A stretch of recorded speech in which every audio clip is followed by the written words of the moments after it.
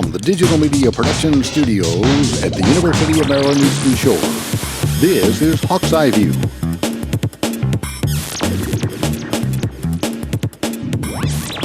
Hello and welcome to hAWKS Eye View. My name is Kira Booker, and with me I have Dr. Jennifer Keene-Dawes.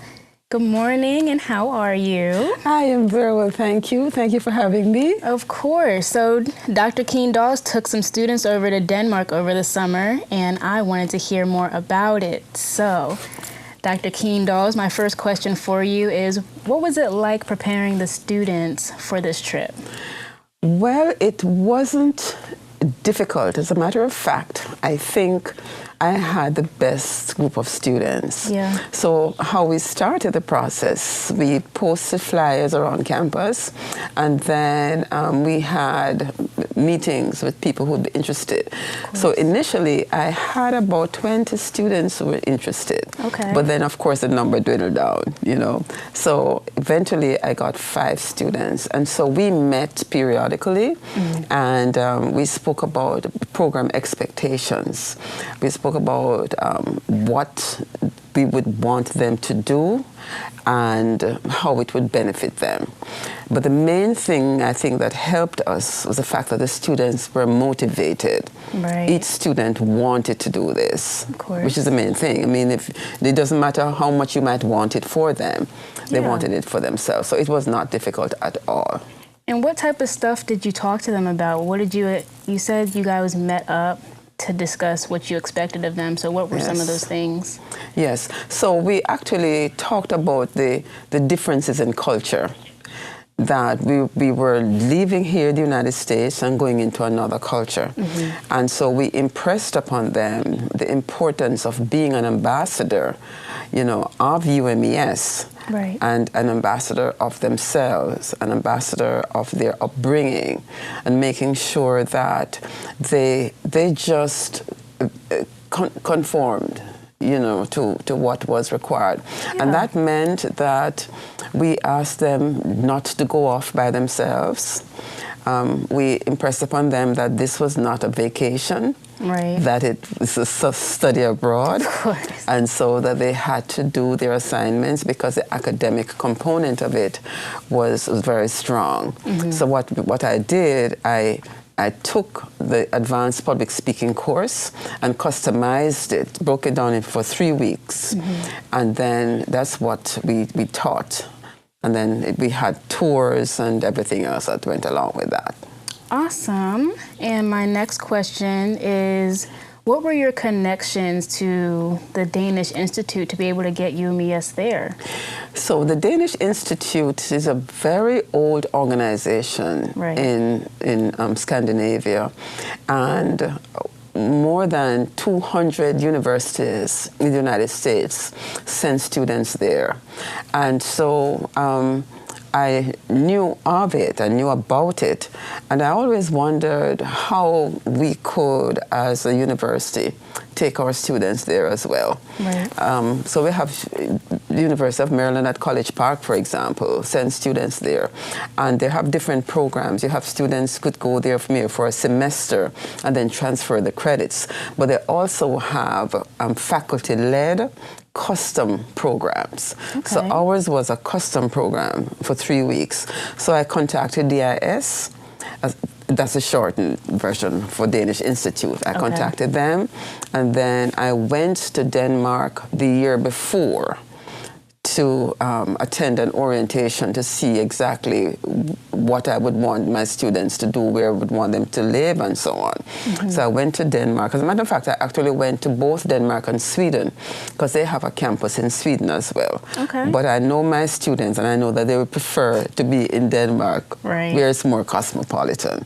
And so that's how we developed this 3 weeks program. And I took 5 students. Okay. And the students I took, they are from toxicology. There are 3 graduate students, toxicology, environmental science. And then I had 2 undergraduates, one from our department who is a minor, Lydia, Tiklar, and Angelica Villoria. She is rehabilitation psychology. So a mix of majors coming. That's awesome. Yes. Okay, and my next question was, a little bit of what we just talked about. What connections did you make in order to make this trip possible? You did elaborate a little bit, but Yes. was there anything else you could say about it?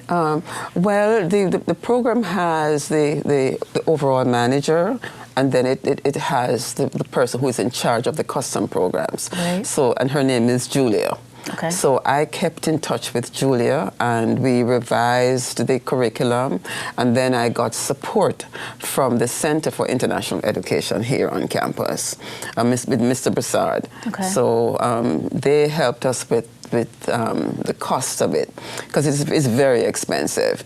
So I got some money from the provost's office, some from the graduate school, and so we with that amount of money that we got, we minimized the students' expenses. That's awesome. Yeah. So naturally, it seems like it would be pricey. That's awesome. Yes.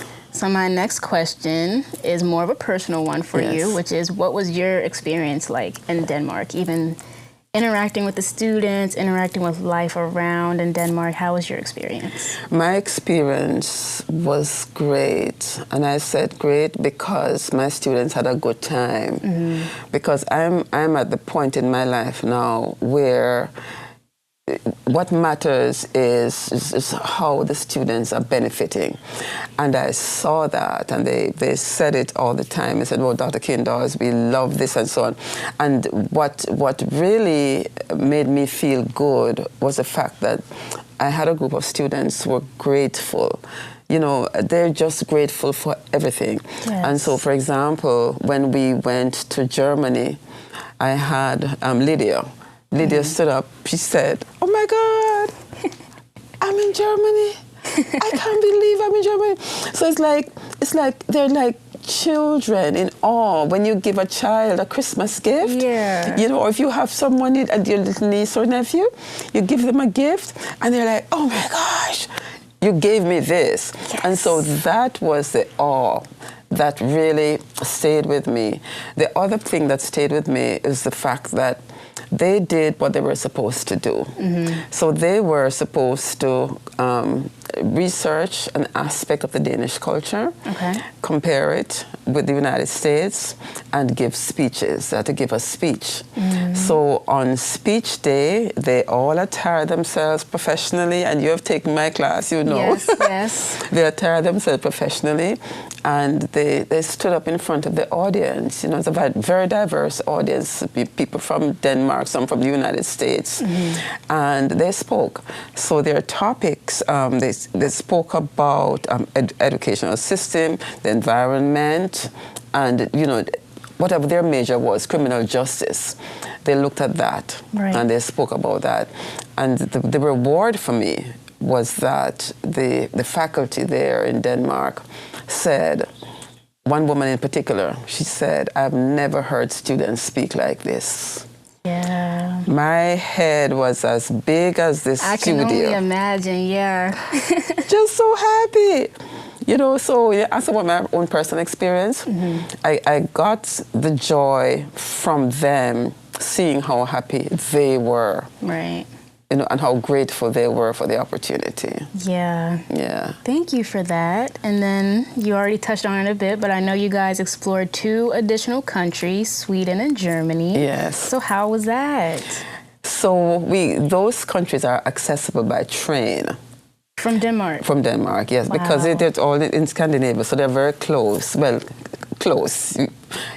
I think the trip to Germany was about maybe 4 or 5 hours. Okay. So, but you can still travel.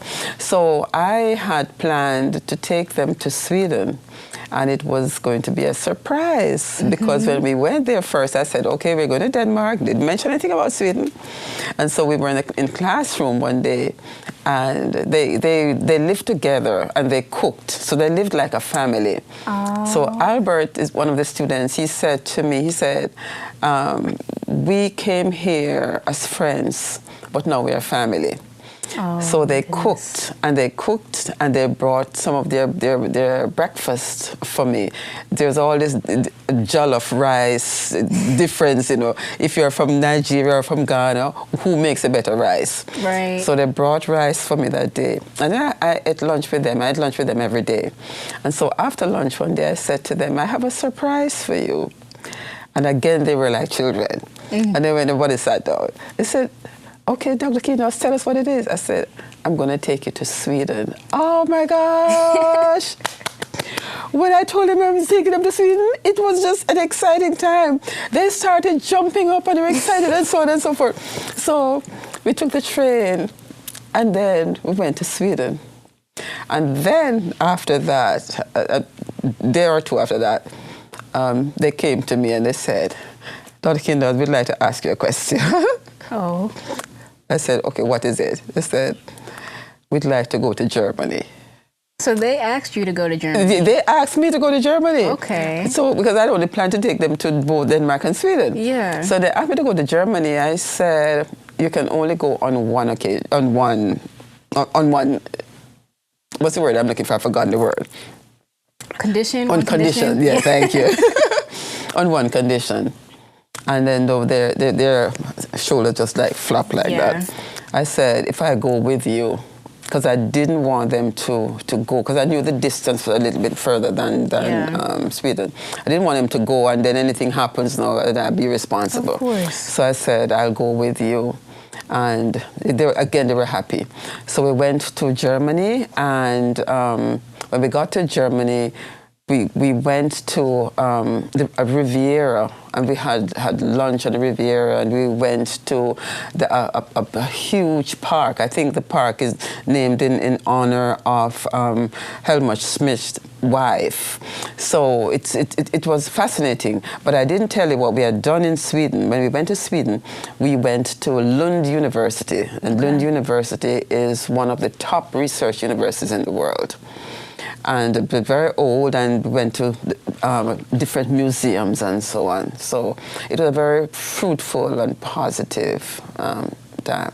That is awesome. Yeah. Oh my goodness, I wish I went.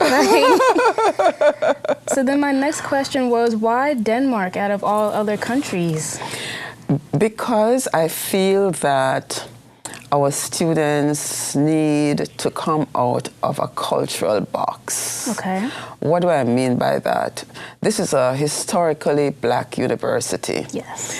And I believe that our students, and it has been happening. I'm not saying this is the first time, but it has been happening. But I think that we should make it a more focused attempt to diversify our interactions.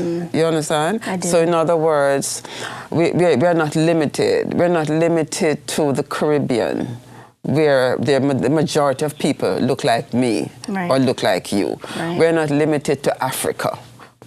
We want to see the world. Yeah. Because the world is our platform. And when we go out there and we see the world, we have something to offer the world, And because when you get a job, you are not just going to be working with people who look like you. Right. Or sound like you.